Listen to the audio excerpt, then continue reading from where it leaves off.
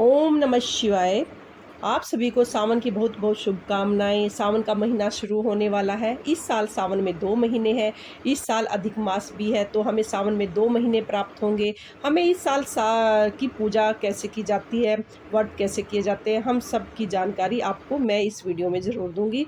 आप सावन के महीने में प्रतिदिन शिव शंकर का पूजन अपने घर में कैसे कर सकते हैं, इसकी बिल्कुल ही सरल विधि मैंने बताई हुई है। इसके लिए मैंने सबसे पहले एक थाली बनाई है, जिसमें मैंने सब सामान को इकट्ठा रखा है। जैसे मैंने कलावा लिया है, चंदन लिया है, बेलपत्र लिए हैं, पुष्प लिए हैं, मैंने दक्षिणा स्वरूप कुछ रुपए लिए हैं और कुछ सिक्के लिए हैं और कुछ भस्म ली है, चंदन लिया है, कच्चा दूध लिया है और मैंने इसमें कुछ मैंने एक दिया मैंने देसी घी का भी बनाया है और मैंने ऋतु फल भी लिया है। तो ये मैंने एक छोटी सी थाली, जिसमें एक मैंने बनाया गंगा जल भी लिया है, तो इसमें मैंने गंगा जल में कुछ मैंने पानी भी डाला हुआ है। तो ये सब चीज़ें मिला के मैंने अपने घर के मंदिर में ही मैं अपनी इस पूजा को करूँगी स्टार्ट।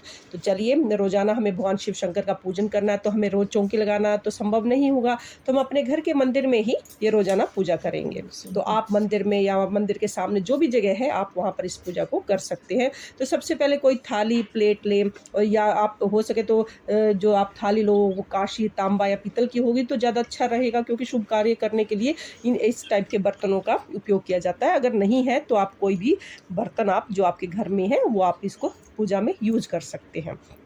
भगवान शंकर के पूजन में काफ़ी चीज़ों का बहुत महत्व रहता है। जैसे बेलपत्र है, बेलपत्र अगर आप डेली नहीं ला सकते हैं तो आप इकट्ठे लाकर अपने फ्रिज में रख सकते हैं और हफ्ते 10 दिन तक उसको चला सकते हैं, तो क्योंकि ये कभी बासी नहीं होते।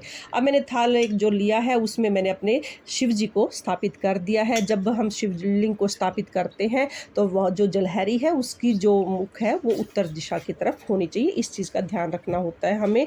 और उसके बाद हमें शिवलिंग को स्थापित करने के बाद अब हम, या अगर आपके पास शिवलिंग नहीं है तो आप मिट्टी के शिवलिंग भी बना सकते हैं, उसका भी विशेष महत्व बताया गया है शिव पुराण में।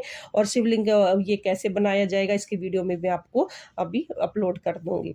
तो चलिए, अब हम सबसे पहले भगवान शंकर का अभिषेक करेंगे।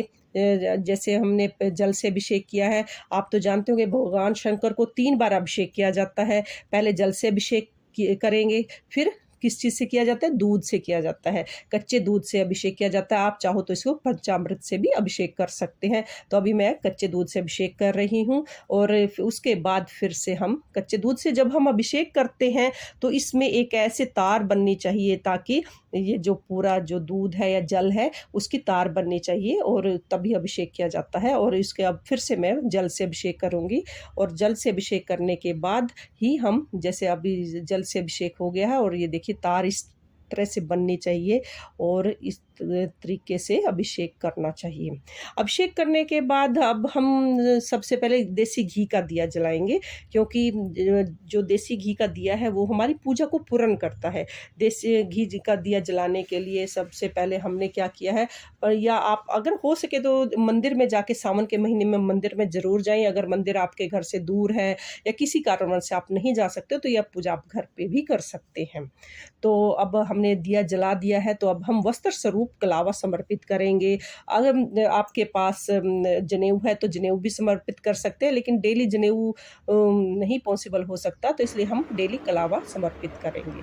और अब हम चंदन का तिलक लगाएंगे। अगर आपके पास भस्म है तो आप भस्म का भी तिलक कर सकते हैं भोले बाबा को, और नहीं तो आप अगर नहीं है तो आप खाली चंदन से भी तिलक कर सकते हैं। अब देखिए, बेलपत्री के लिए मैंने सबसे पहले बेलपत्र पर कुछ तिलक लगा दिया है, चंदन लगा दिया है, और उसके बाद हमने इसको इस तरीके से लगाना है कि उसका जो चिकना भाग है वो नीचे की तरफ हो और ऊपर वाला जो वैसे वाला भाग है वो ऊपर की तरफ रहे। इस तरीके से हम अपने उसको भोले बाबा को हम बेलपत्र को अर्पित करते हैं।